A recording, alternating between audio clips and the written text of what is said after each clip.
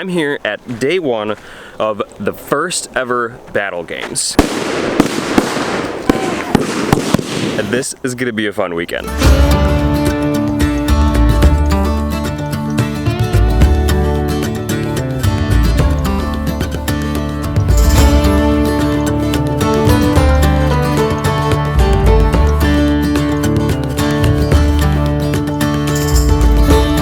Games is an outdoors and survival skills competition between 10 contestants in Savannah, Georgia. These 10 people will compete in 5 different events for a grand prize of $25,000. No one really knows what the events are or what they'll have to do. We'll just have to watch and find out.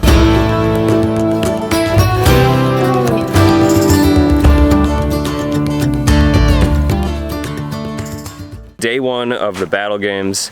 They are just about to start their first event. We got 10 contestants up here. Everybody lined up ready to get their briefing for the first event. All of the 10 contestants are they're just like random guys from across the country. There's dudes from here in Georgia, from around the area, guys from Pennsylvania, Minnesota, Texas, all over the place. I haven't got to meet all of them yet, but they're just regular dudes who sign up for BattleBox and happen to get chosen for this battle game. So I'm very excited to see who's gonna turn out number one at this event and get that $25,000 check. So for the first of the 5 events, the contestants were paired in groups. And rather than listen to me try to explain the event first, why don't you just hear it from Austin from BattleBox himself? My name is Austin, I work for BattleBox, and I've served as the lead planner for this Battle Games event. So event 1 is land navigation. It's a course that I designed myself. There are 4 points hidden out in the very, very dense woods of Georgia.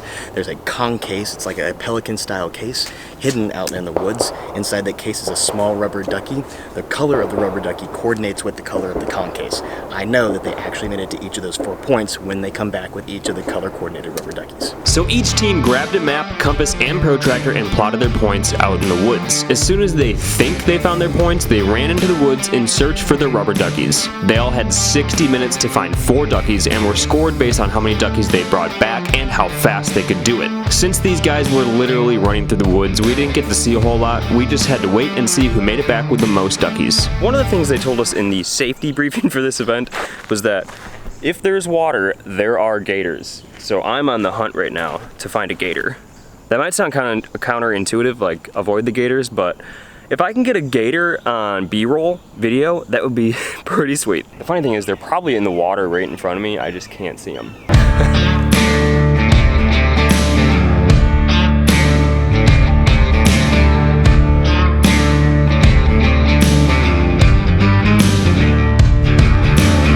After all the teams had returned, their duckies were tallied up, but what they didn't know was that there were decoy duckies. So this colored duck was not on your coordinates. This duck does not count towards a point of being found. There were additional boxes put out in the woods to try and throw the teams off course, and it worked. The teams were scored 1st through 5th, and sadly, the 2 people in last place were eliminated. They don't go home or anything, and they do get some duffel bags worth of like $1,000 worth of gear, which is pretty sweet, and I kind of want to see what's inside those. It sucks that they're out, but you know, not everyone can continue. It is an elimination event, and that's how it goes. After having some lunch, we went over to a different area to begin the second event.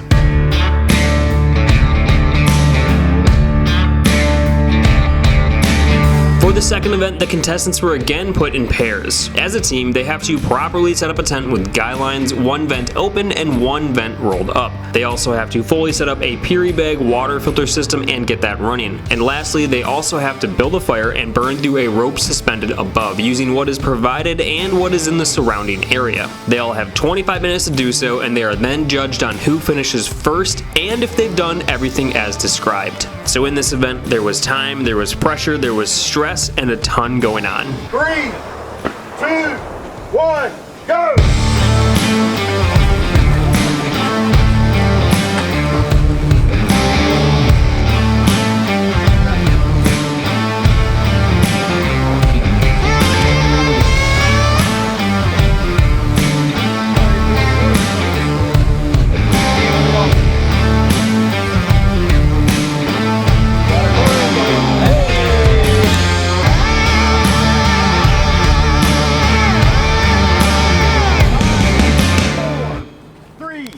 So I'm here with Gordon from Grim Granite, awesome channel. It does outdoors, survival, that kind of stuff. Okay, so after that first event, or second event, what would you have done?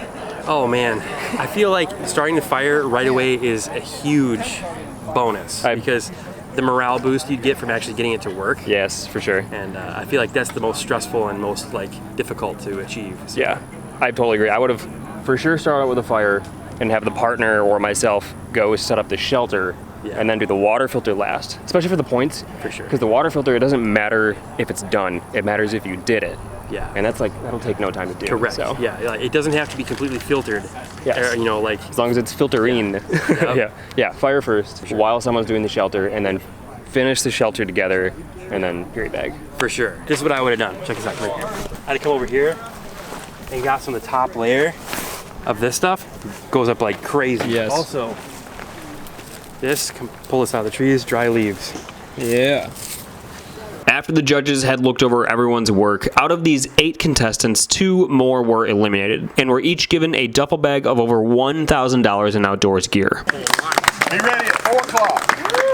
And again, the BattleBox team had a few tricks up their sleeve. Each of the teams was given a single stick of fatwood, a resin-rich natural fire starter, and none of the teams even realized it. Yeah, this right here is just a hit of good old southern fat lighter. The head of the cattail, and looks like a hot dog on a stick. It's easy to identify. You pull this stuff off, and it is it's a flash tinder. So you hit it with a ferro rod, and it'll just almost burn up immediately. But you can take an entire head of this and add it to not so great of a tinder bundle to give you that little bump to get the fire going. All right, that was event number 2. 2 more people have been eliminated. That means 4 people down. There are 6 people left. We have 1 more event today, so we're going to event number 3 in just a little while, and then 2 more events tomorrow. For event number 3, the contestants were briefed on how to stop bleeding in multiple areas on a person. This included locating bullet wounds, stopping chest and back bleeding, and applying tourniquets to arms and legs. They were then put into a scenario where they would have to run to a dummy, stop multiple bleeds, and evac the dummy, all while having smoke grenades and explosions in the background.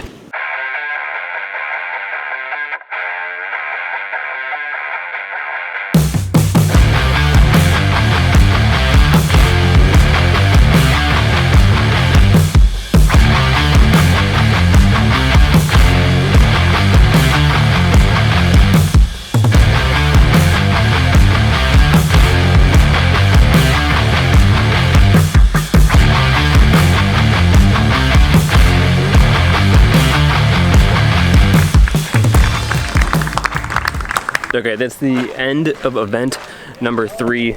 Not sure how that last team did. They missed something, but so did the second team, so who knows what the results are gonna be. We're gonna find out. Even though I'm not supposed to say who's eliminated, I can't tell you guys, but I'm curious to see who it's gonna be. Once the judges had reviewed everyone's results, taken into account their time and execution, they came to their conclusion and eliminated 2 more people. This time, each contestant both receiving a duffel bag of over $1,000 in gear and $500 in cash. All right, we just finished our last event of day 1. What do you think? It was awesome. Yeah, it was crazy. This last event was nuts. It was a lot of high stress. There was, like you said, there was fire and smoke and a lot of blood, for sure. So, and it was crazy seeing what these guys would do with a skill that they were literally just taught. And like I said in his video, I don't know if I could do what they did with the amount of stress and pressure. So it's pretty cool. The first place winners did it in like 4 minutes. Did you save someone's life that was shot up that bad in 4 minutes? For real, for real. So yeah, we'll see what happens tomorrow morning. Yep.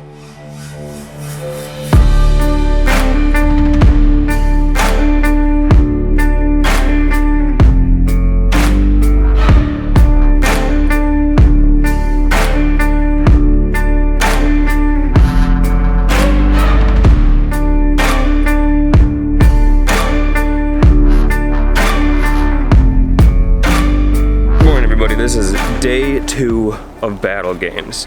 Don't really know what they have in store for this first event, but it's coming up in just 5 minutes. There's 2 more events today, and they're down to 4 total people. They're setting up something right now.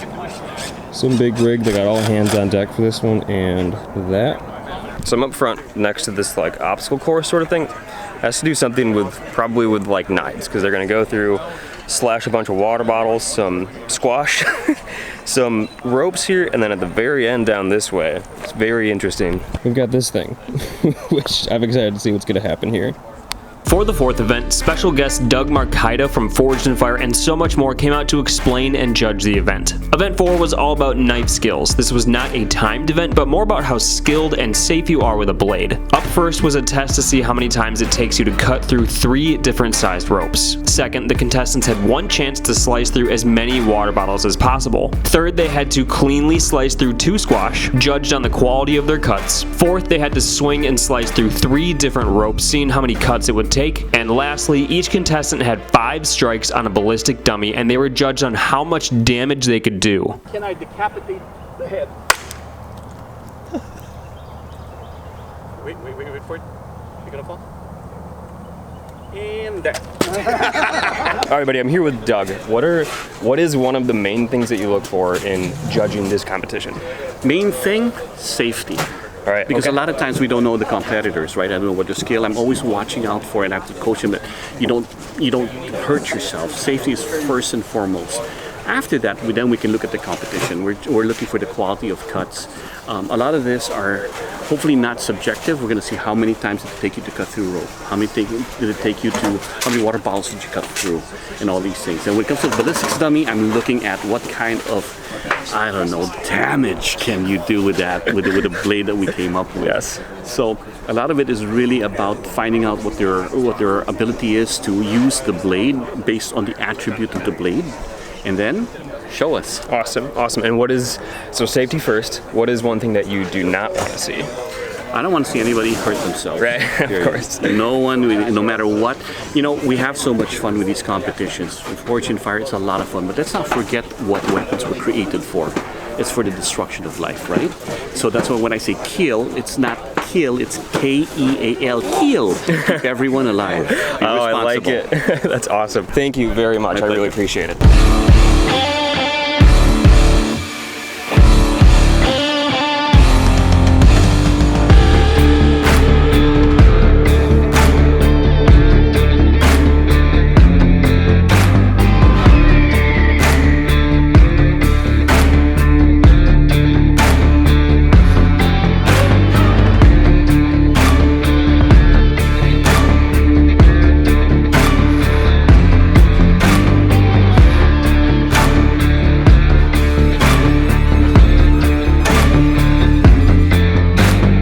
Each of the contestants' performance was reviewed by Doug. He would then look at their cuts and judge accordingly. After each of the contestants had gone through, the results were tallied and we were left with our final 2 contestants. In just a couple hours, we would see the final showdown and get our champion. Hey Gordon, I got you a present.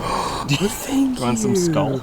Oh, that's wonderful. My favorite part is definitely that ballistics dummy at the end, seeing those guys slash that thing and chop some heads and cut into some brains. That's so cool. Also, those things cost like $2,900 a piece.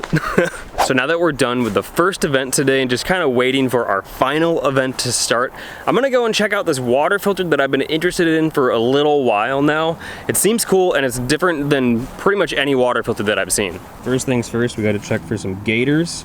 Make sure there's nothing on the water because I'm gonna be getting down there and I don't feel like having a gator chomp on my legs. Okay, Gordon's on camera, so thank you, Gordon.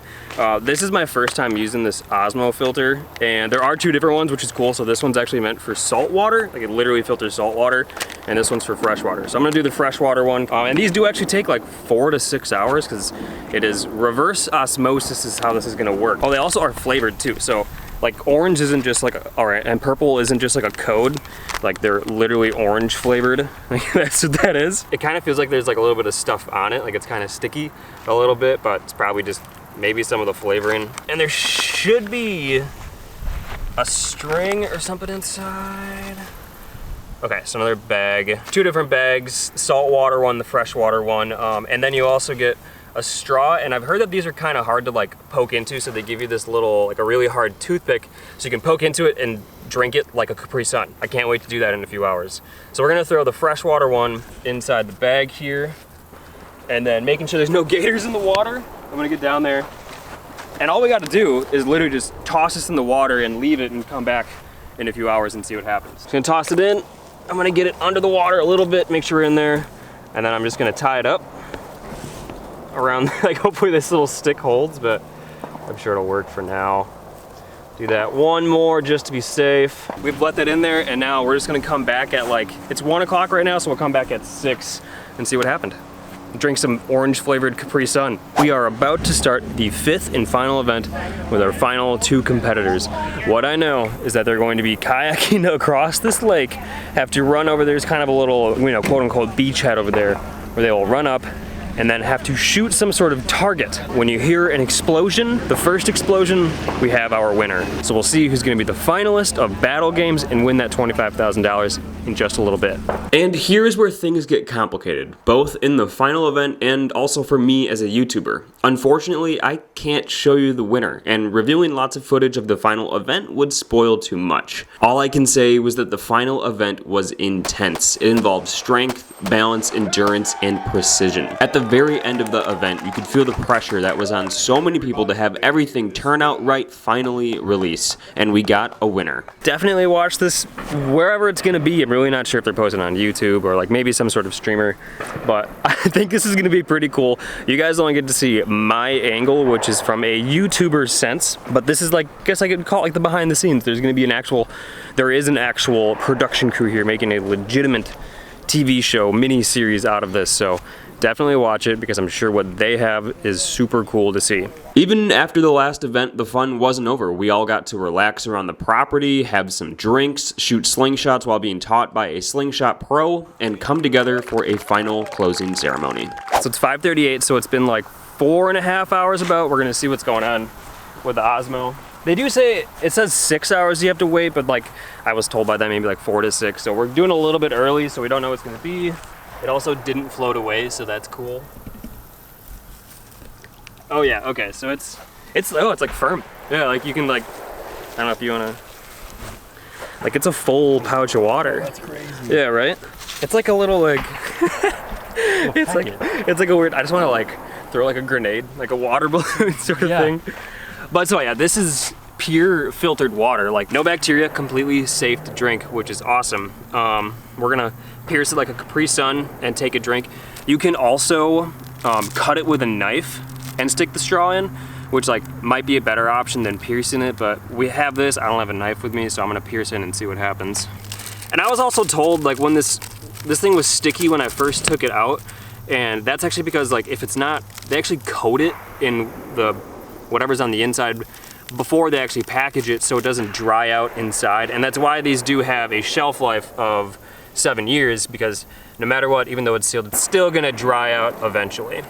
But let's go ahead and pierce this thing. Oh, okay. That was a little easier than I thought. It's like just gonna like juice out on me. Oh God, no. Come on, come on. Where's the air bubble?